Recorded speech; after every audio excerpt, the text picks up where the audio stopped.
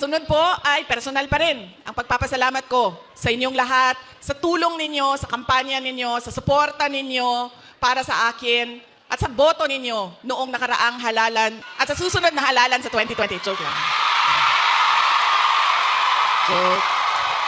Sandali lang.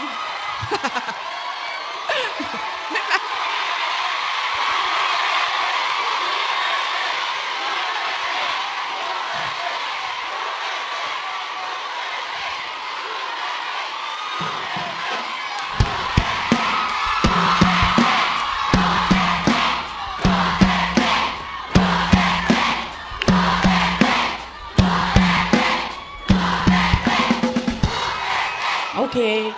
Papunta na po ang suspension order. Sige. Sige. Maraming salamat sa suporta ninyo noong 2022. Thank you very much sa inyong lahat, mga kababayan.